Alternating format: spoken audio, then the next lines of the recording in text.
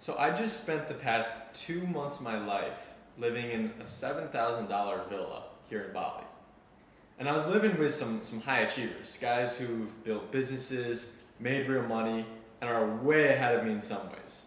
One of them is 24, the other is 28, and I'm 19. And it's odd because I haven't necessarily achieved a ton yet, at least not when it comes to material stuff. And one of those guys asked me the other night, does it feel weird staying with us? Like, do you feel out of place? And what I told him was no.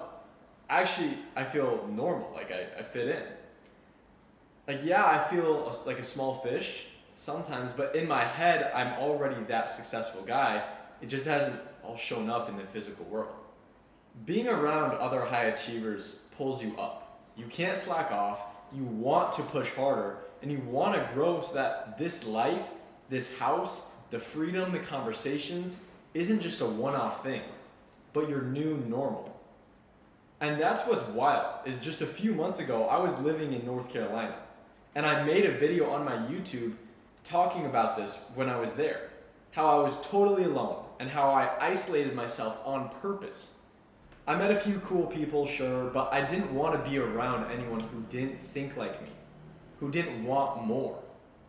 I felt like I was going crazy, especially since I'm typically very extroverted and I love being around people. But now I know that chapter is part of the process. Almost every successful person I've met has a lonely chapter in their story. For some, it's a few months.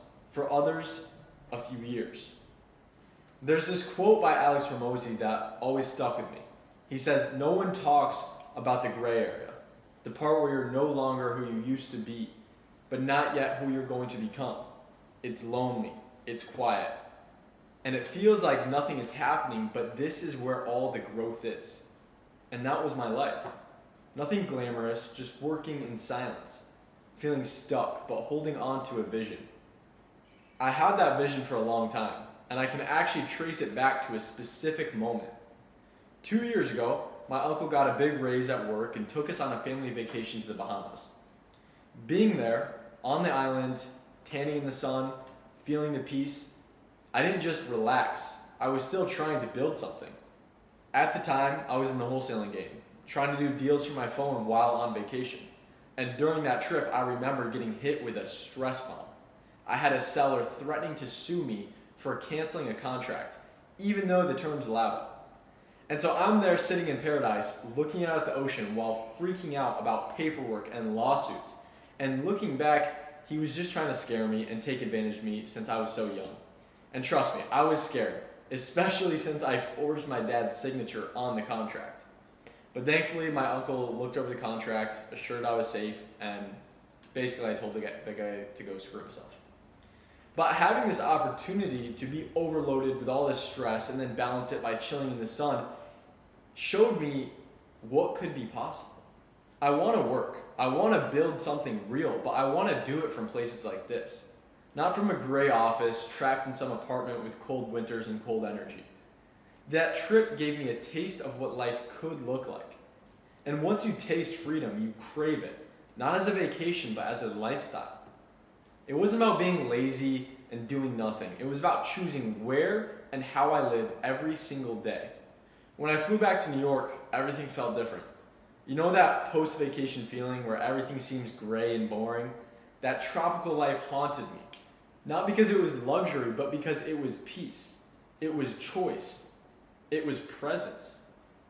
I asked myself, how can I be able to live a life like this? To be able to work from wherever I want and build a life of success, but also experiences.